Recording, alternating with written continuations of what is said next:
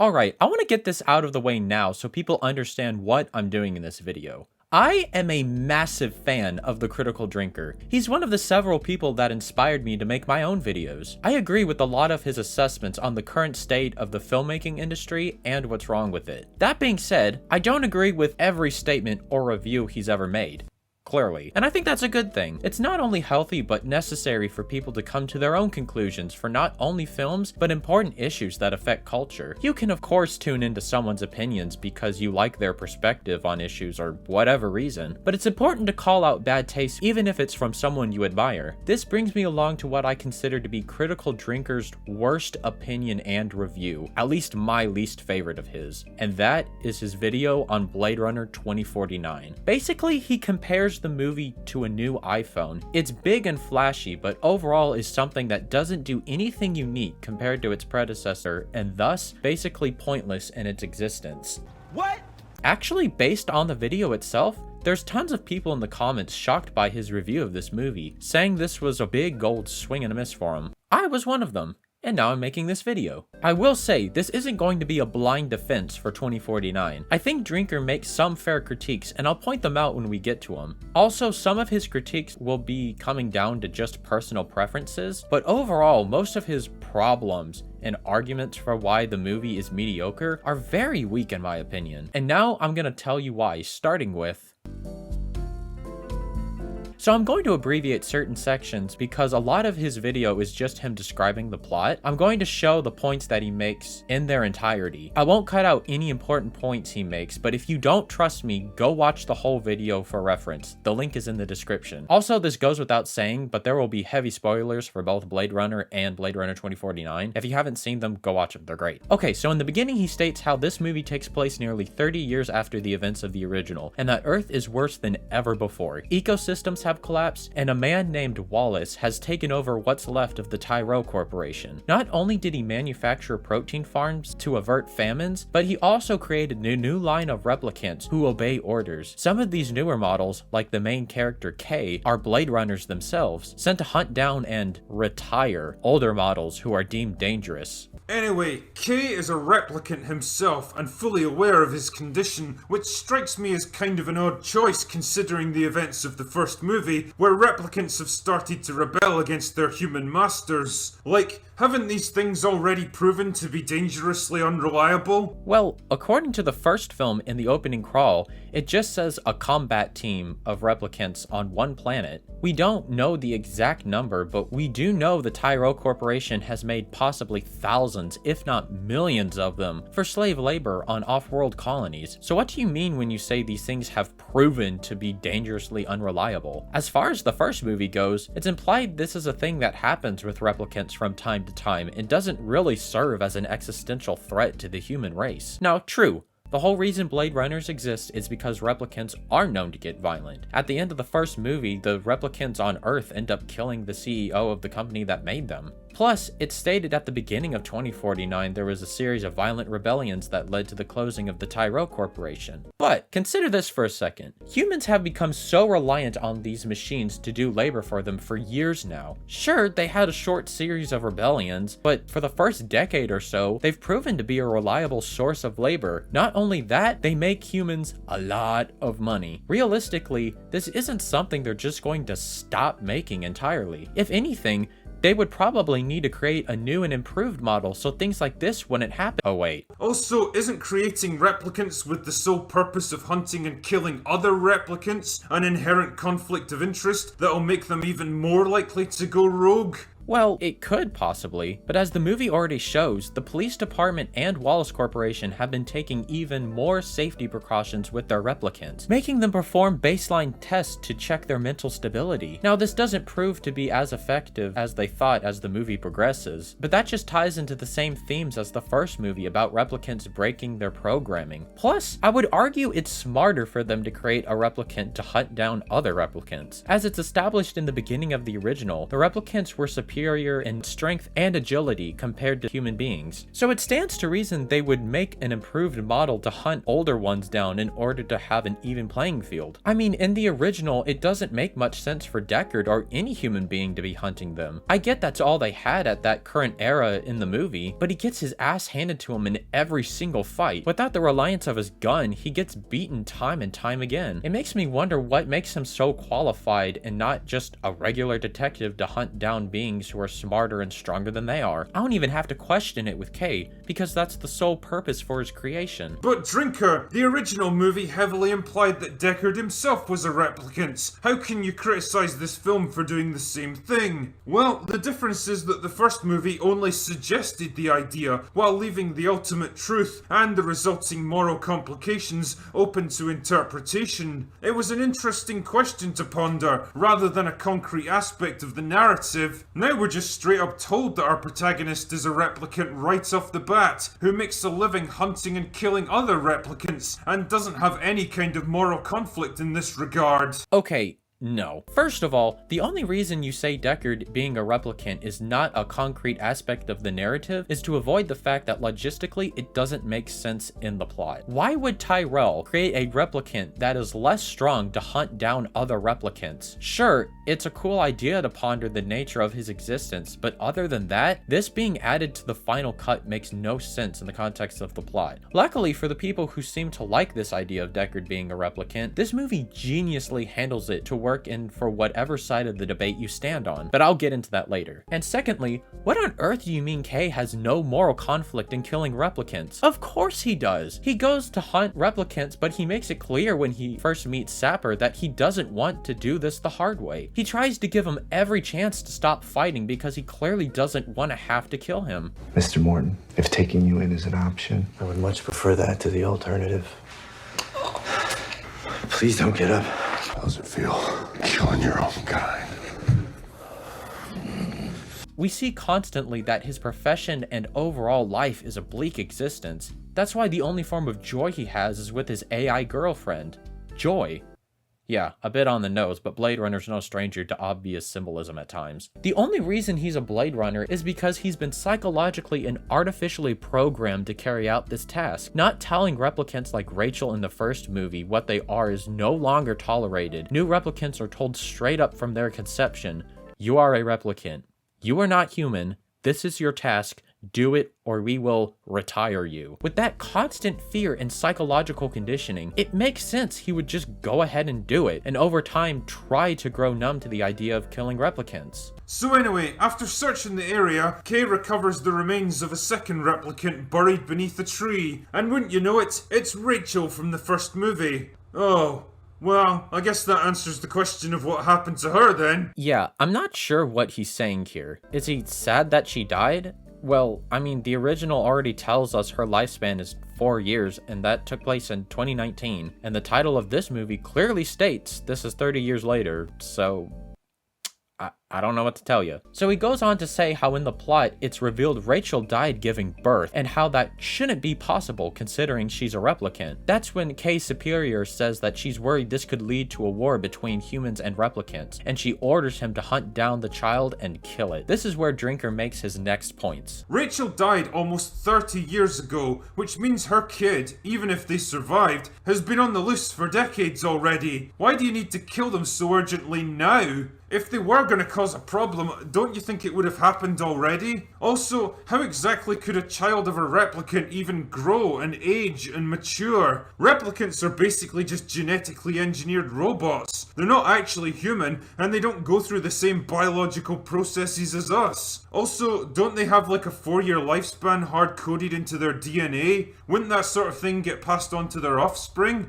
Okay, so I want you to imagine two countries are at war with one another. One beats and conquers the other. Once the winners infiltrate their enemies' compounds holding military secrets, they realize so much was documented in the war. It will take years to get a recounting of everything that transpired. 30 years go by, and it's discovered a bomb was launched into the victor's land and never went off, meaning that somewhere in the middle of the victor's country, there's a bomb just sitting there, and it could possibly go off at any moment. Would you, If you are hypothetically responsible for national security, not want to take control of the situation and find the bomb as quickly as possible, not only to disarm it, but to stop widespread panic, who cares if it hasn't gone off in 30 years? If there was a bomb right next to my house and I just found out, I'd want it disarmed and gone immediately. Now with that analogy out of the way, do you see how ridiculous of a critique that is? Even though the child hasn't done or planned anything that we know of, it's still vitally important to know where it is or what happened to it. As far as the logistics of her giving birth, the characters are just as baffled as we are, but that's not a good argument, so let me go a little bit deeper. We know that Tyrell created Rachel to be his greatest creation yet. More human than human is our motto. She has the mechanics of a robot, but there's an entire aspect of her body that's human. It's artificial, yes, but it's human-like nonetheless. Whether or not it was Tyrell's intention for her to reproduce, messing with this type of science and toying with the creation of life will always have unforeseen consequences. This is one of the basic themes of the entire Blade Runner franchise. Let's take a look at an example from the movie Jurassic Park. In that movie, dinosaurs were artificially created to be female at birth, and it was supposedly impossible for them to reproduce, but as Ian Malcolm's character says, I'm simply saying that life finds a way. Now I know these are two different movies, and Jurassic Park gives a more concrete answer as to why the dinosaurs gave birth. It's because of frogs. But in Blade Runner, Rachel was borderline identical to a human being, just a shorter lifespan and some mechanical parts. I know I just did a critique of him saying, it's okay if a notion given in the original isn't super concrete in its explanation, but in this scenario for 2049, I for one can buy into the fact that she could get pregnant. I don't know why you can't. Now this is the part about Deckard working geniusly with the story comes into play. As far as birth defects, you have to remember that Deckard is a human, so that side could possibly break some of the aspects that are hard-coded in Rachel's DNA. Or if you wanted to take the route of Deckard being a replicant, then it would also make sense. As Wallace hints later in the movie, if he was designed, maybe he was designed with the needed code not only to fall in love with her, but to also help her in the process of giving birth to a replicant, or the first replicant-human hybrid thing. Plus, we do know later on the child has birth defects. She says she has an incredibly weak immune system, so that's why she has to stay in the tank or risk falling incredibly ill and possibly dying.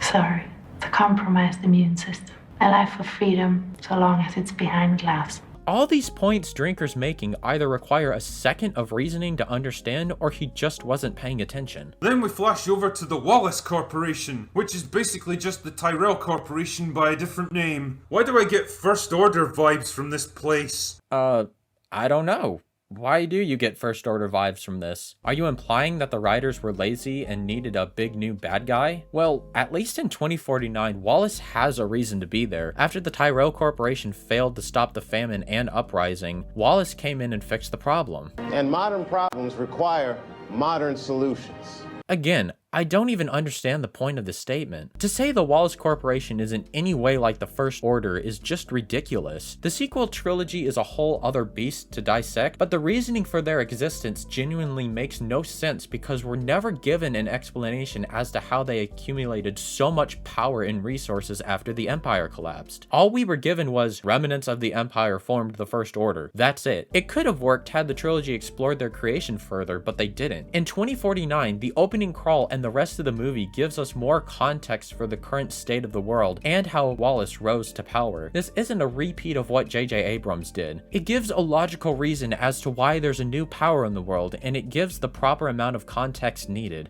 Anyway, Wallace is mooching around a dark pyramid thing that I guess is supposed to be his office, while he oversees the birth of a new replicant, which he immediately executes. You fucking what, mate? Why go to the trouble and expense of creating a brand new replicant just to kill it in the first few minutes of its life? Is this just something you do to pass the time? Okay, this is the first point I'll give to Drinker. The scene was supposed to show how he's a creepy dude with a god complex and like his overall goal, but it doesn't really make sense for him to kill the replicant like that. If I was to defend this, it could be a form of intimidation to his assistant Love to keep her in line for the mission ahead.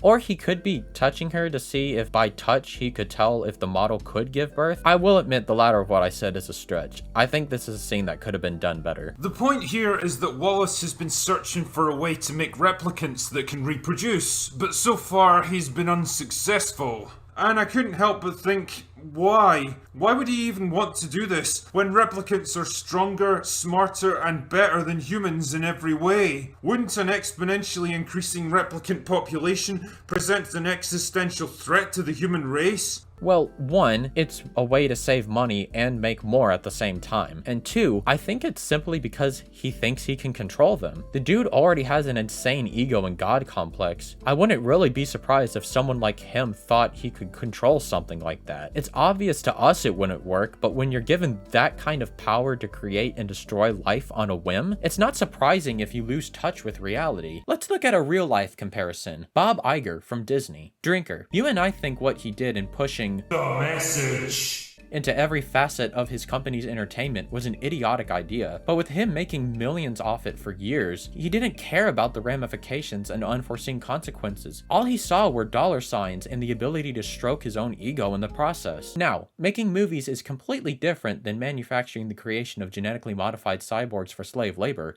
but I think you get the idea. Money and power can make you delusional. On to the next point. In Kay's investigation, he finds a toy horse in an orphanage that the child has a record of staying at. However, it's the same toy horse he remembers as a child. He thought it was just an implanted memory, but it could in fact be real, which means he could be the long-lost child. This causes his mental state to deteriorate, and he's desperate for more answers. He gets some guy to track the radiation of the toy, and he discovers that the radiation of that kind can only come from Las Vegas. Wait, what? How do you know to go to that specific place based on such flimsy information? Is Las Vegas literally the only place in the world with radiation? Considering the world is basically a toxic hellscape at this point? And even if this does lead you there, isn't Las Vegas an enormous city with hundreds of thousands of inhabitants? It could take one man months or even years to search the place. Nah, never mind. He goes there and within like 5 minutes he runs into Deckard from the first movie. Wow, that was lucky. So most likely Las Vegas isn't the only place on Earth with high levels of radiation, but in terms of proximity to where Kay is located, it would make sense for the horse to have possibly originated from there, and it wouldn't hurt to check it out and follow up for more clues. As far as people being there, it's clearly established the city has been abandoned for years, so no, it wouldn't take them a long time to find someone, especially with heat-seeking technology.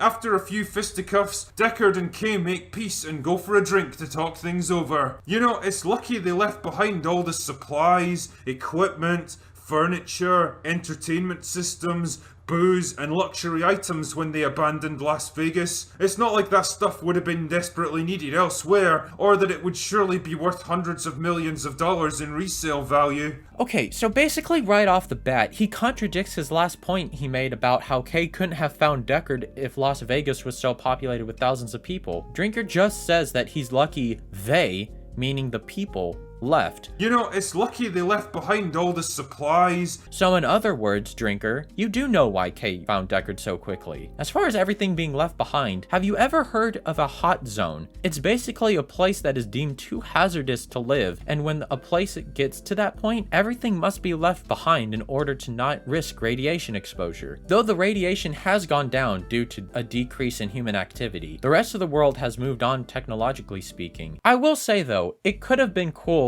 to maybe see some like raiders or people who transformed into mutants in the city who stayed behind. That could have been a cool touch. But I mean, honestly, this critique seems like nitpicking at that point, so who cares? So Deckard explains that he's the father of Rachel's child, and that when she died, he left the kid with the replicant resistance movement, and ran off to live out his days in isolation. Kind of reminds me of another character from Harrison Ford movies, to be honest. Now this could very well be a joke Drinker is trying to make, but if he's legitimately saying what they did to Deckard is in any way comparable to what Disney did to Luke Skywalker is asinine. First of all, what they did to Luke in The Last Jedi is in complete contradiction to everything his character stood for. The naive farm boy from the first movie grows into a wise warrior, unwilling to compromise on his values. He believes that his father can turn from the dark side and is willing to die in order to save him. He is completely selfless by the end of the original trilogy. What they did in The Last Jedi with him attempting to kill his nephew because of a bad dream dream, and then him going to live off the rest of his days on an island because he feels bad about it, is idiotic in its concept alone. They made him turn bitter and selfish for reasons, given where his character was the last time we saw him, would never do in the first place. With Deckard, however, there is no betrayal or dishonoring the character in any way. Given his arc with the first movie and seeing replicants as equals, it would make sense for him to sacrifice his biggest want,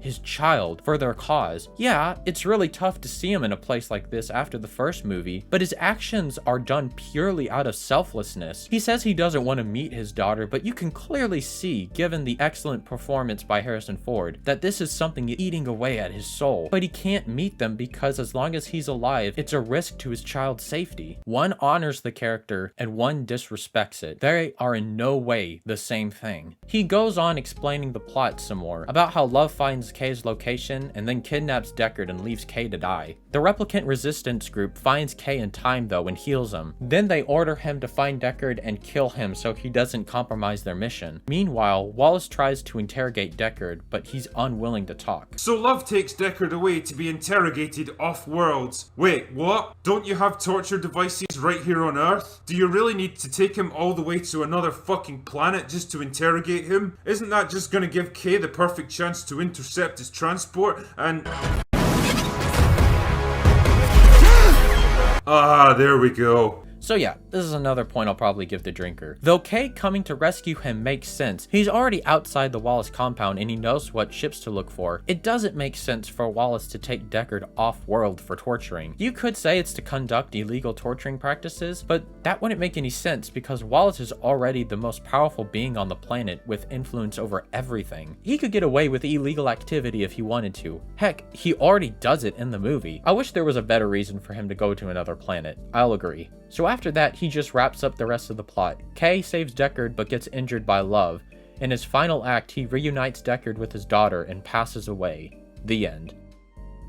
He goes on to give compliments to the movie, which I do respect. He says it's a visual masterpiece, a perfect soundtrack, a great cast, strong performances, and a plot that has a slow, patient pace of the original. But then he says this. The problem is that they don't really gel into a particularly remarkable whole, and there's a real sense that they waited far too long to make this happen. This is a sequel that I kind of wish had been made 20 or 30 years ago, when Ford was still young enough to take center stage, and the original was still relatively fresh in people's minds. So this is where I would say personal preference starts taking over. I do agree that making a sequel nearly 40 years after the first is a bit strange, and the marketing for this movie should have been much better than it was. That could be an entire video in its own right. I wouldn't have minded a sequel that came out sooner relative to the first movie, but this is the world we live in. And judging this movie by its own merits, I think it can absolutely stand on its own, and as a worthy sequel, but I'll get to why in a bit. So from 8:51 to 9:30 in the video, he praises the film for getting many things right. The excellent visuals, production design, the expanding world, great use of CGI, and Ryan Gosling in the lead role. He makes a comment about Deckard that I have some conflicting thoughts on. My only complaint is that Deckard feels more like a plot device than an actual character.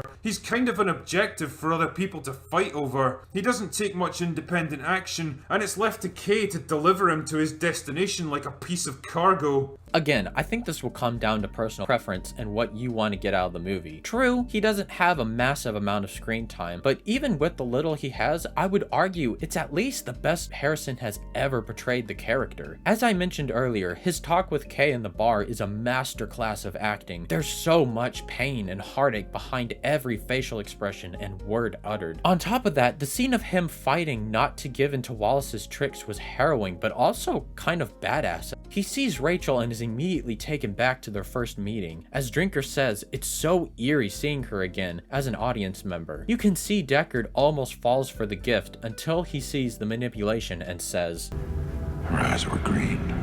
Now, this is a lie. Her eyes were brown. But the point here is that Deckard is basically giving the middle finger to Wallace, saying, even though you're affecting me, your tricks will not work. That's still pretty badass in my book. Maybe we could have seen more of him in the movie or see him take more action in the plot. But at the end of the day, what we got was enough at least to satisfy me, and it looks like for the most part, the majority of people. I would also add that since Deckard isn't the main character this time around, you need to replace him with someone that is as equally as compelling. He goes on to give a pretty excellent excellent analysis of Kay's character, which I'll give him credit for. Kay's character and his arc throughout the course of the movie is why I personally adore 2049 so much. And it's nice to see Drinker acknowledge that Kay makes for a compelling protagonist, but then he goes on to the villains, and this is where he and I have a problem again. It's not all good news though. The antagonists in this film are boring as fuck. Jared Leto's Wallace is just a generic mad scientist that tries to act all moody and philosophical, but just comes across like a catalogue model trying to spout off something vaguely intelligent. Tyrell from the first movie was able to come across as charming and engaging when he wanted to, but there was a cold, malicious intelligence beneath it all. The fact that he was willing to calmly converse with a man who could kill him at any second if he said the wrong thing told you everything you needed to know about the guy. Wallace's true motivations and goals are never really explained, which leaves his character feeling incomplete and frustrating. You feel like there should be interesting ideas to explore with him, but we're never really given enough to grapple with.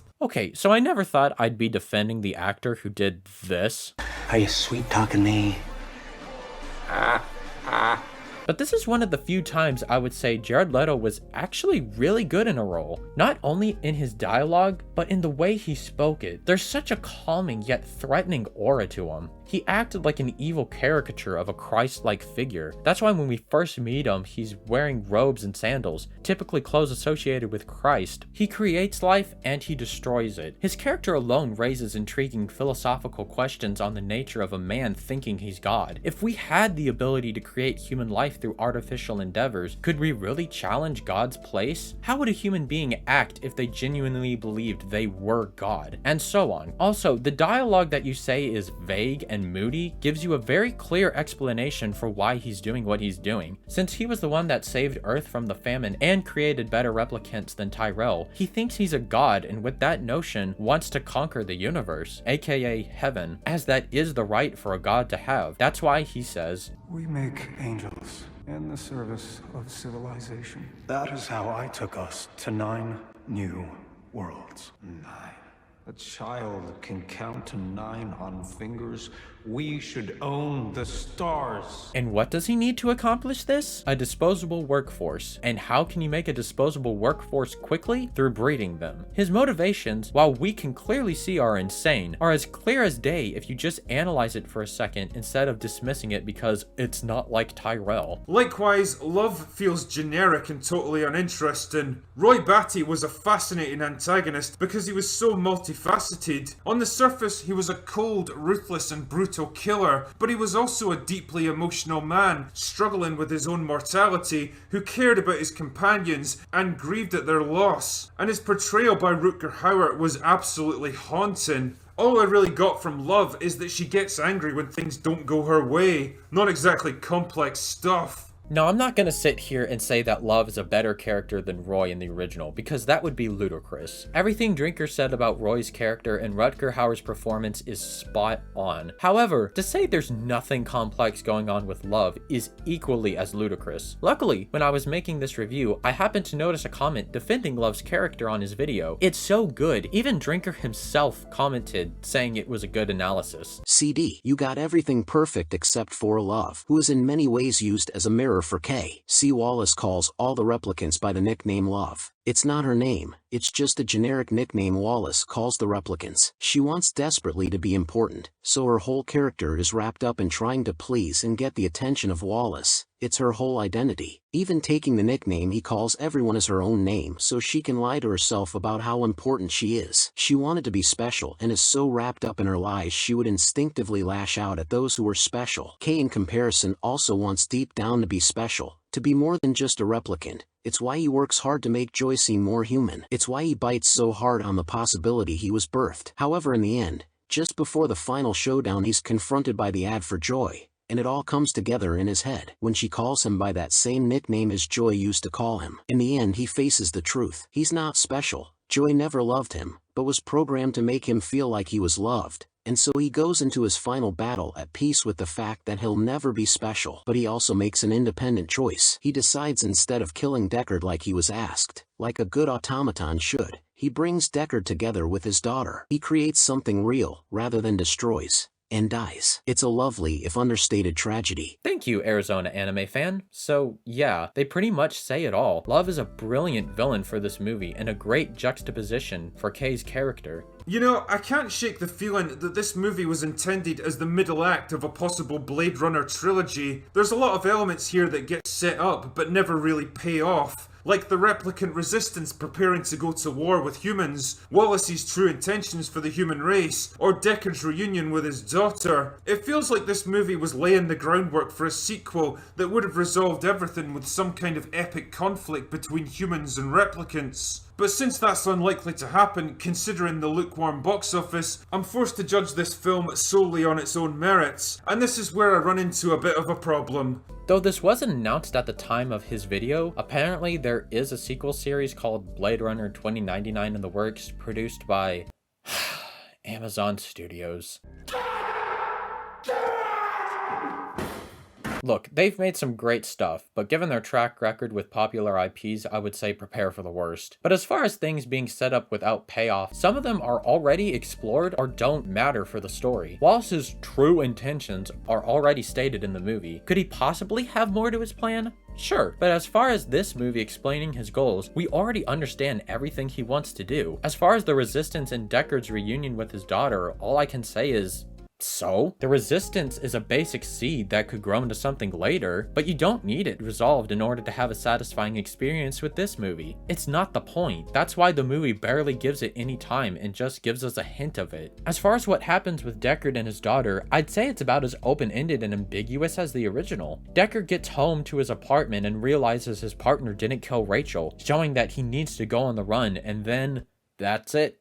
Cut to black, roll credits. I know in like the 50 different versions of the movie, some show them drive into greener pastures, but since the official canon version is the final cut, the version you did a Drinker Recommends video on, we know the original is open-ended as to what happens next. Yet, you don't seem to have a complaint about that in the original, so what gives? See, taking into account everything this movie tries to do, I find myself asking the same question I asked of The Last of Us 2. Is this a story that needed to be told? Does it really add anything to the Blade Runner narrative? Does it take the characters, ideas, or world in an exciting new direction? Does it introduce new concepts of its own? Well, not really. The original dealt with the idea of machines becoming human, and all this film really adds to the mix is, what would happen if those same machines started to reproduce like humans? Not to sound dismissive here, but who the fuck cares? What in heaven's name are you talking about?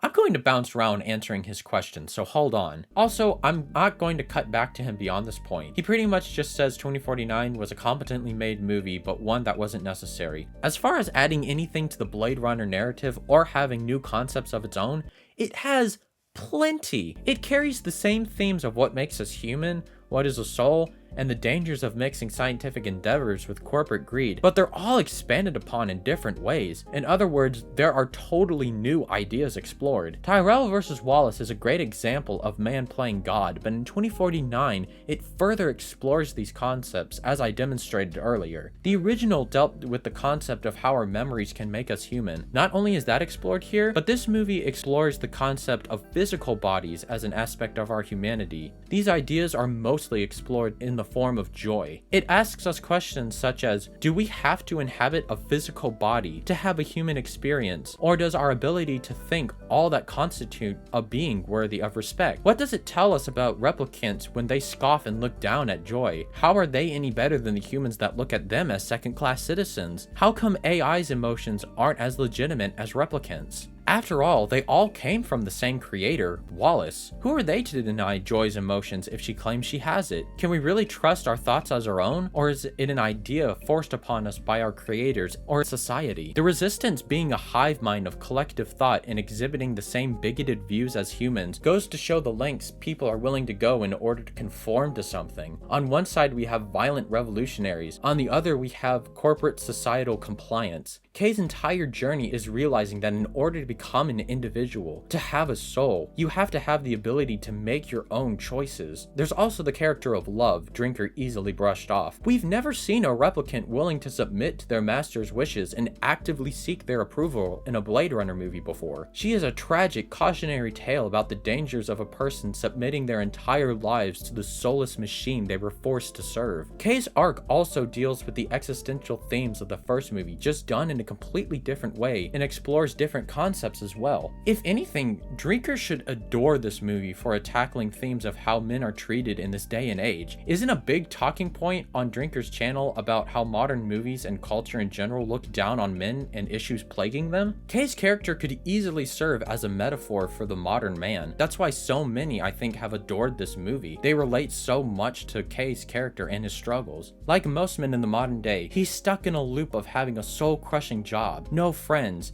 and everyone hating on him because of what he is. This movie also touches upon the themes of how AI can become the only source of intimacy in lonely people's lives, and how it could prohibit their development in having relationships with others around them. In a way, this movie was ahead of its time in portraying this particular aspect of our society and how prevalent AI partners are today. It does exactly what a sequel should do and goes above and beyond to give us new ideas and interesting characters to analyze. As far as the question, is this a story that needed to be told? I think that's an inherently flawed question to ask. If you look at what are considered the best sequels of all time, most of them didn't need to be told, but they were a good addition to the first anyway. The Empire Strikes Back didn't need to happen. A New Hope was a great movie on its own, but the sequel was a great addition. Batman Begins didn't need The Dark Knight in order to be satisfying, but I can't imagine a world without it. Top Gun Maverick was an excellent sequel and Drinker loved that, but hold on a minute. Is that a story that needed to be told? In what way did it really expand the world of Top Gun Maverick? Does it have any new ideas of its own? Does it take the world or characters in an exciting new direction? Well, not really. Actually, it's a worse offender in this regard if this is Drinker's criteria for what makes a good sequel or a story that needed to be told. Now let me be clear, this isn't a dig against Top Gun Maverick. I think that movie was a great sequel. I'm just pointing out Drinker's hypocrisy when it comes to 2049 and not other sequels like Top Gun Maverick. These exact same questions could be asked for the immediate sequels of Terminator, Alien, Godfather, Toy Story, Back to the Future, and so on. Not all of them needed a sequel, but they were made anyway. And you know what? They are all great in some way. Same goes for Blade Runner 2049. We didn't have to have it, but it's awesome that it's here. Now this next point is just a personal opinion and prediction. Though the box office didn't reflect it at the time, 2049, much like the original, is in the makings of becoming a cult classic. It's inspired thousands of people, including myself, to get passionate about movies. I understand Drinker can have his thoughts about the movie, and I doubt I'll change his mind, or heck if he ever actually even sees this. I don't know if Drinker had a bad viewing with this movie and just kind of halfway paid attention to it. Maybe he wasn't in the right headspace while watching. Maybe he was trying so hard to compare it to the original he couldn't see 2049 as its own thing. Or maybe it simply didn't have an emotional connection with him. Which, hey, if that's the case, then to each their own. Though I would ask him, if he hasn't seen it since his original review, give this movie another shot. Really try and see it from the perspective of people who really love it, because who knows, you might be able to see it for the masterpiece I and so many others see it as.